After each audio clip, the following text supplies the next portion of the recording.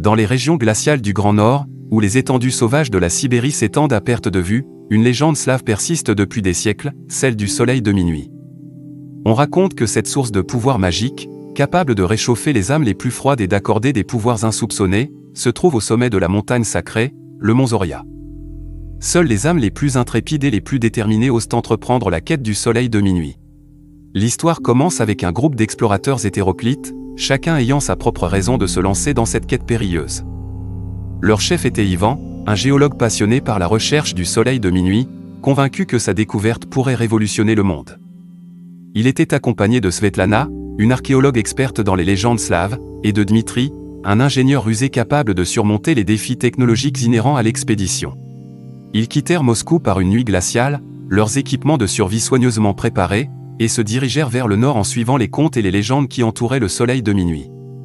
Leur voyage les mena à travers des terres hostiles, des forêts infinies et des rivières gelées, où le froid mordait jusqu'aux os. Le groupe rencontra des obstacles majeurs en cours de route. Des tempêtes de neige les forcèrent à s'abriter pendant des jours dans des abris de fortune, tandis que des animaux sauvages menaçaient leur existence déjà précaire. Cependant, chaque défi ne faisait que renforcer leur détermination à atteindre le sommet du mont Zoria. Ivan, Svetlana et Dmitri avaient une foi inébranlable dans les légendes slaves et croyaient que le soleil de minuit était plus qu'un mythe.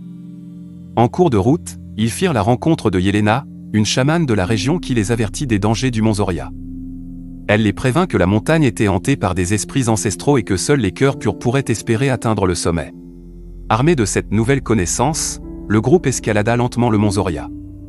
Chaque membre fut confronté à ses propres démons intérieurs, leurs peurs et leurs doutes.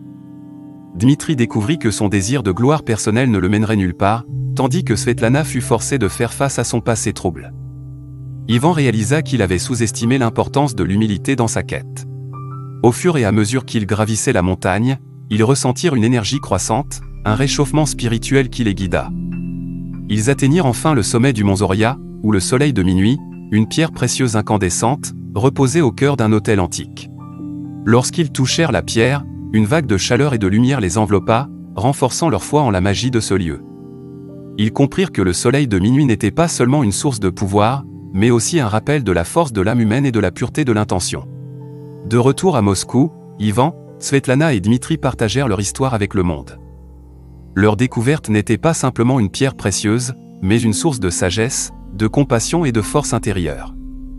Les légendes slaves avaient été confirmées, et la quête du soleil de minuit avait non seulement enrichi leur esprit, mais avait aussi rappelé au monde la magie qui réside en chacun de nous.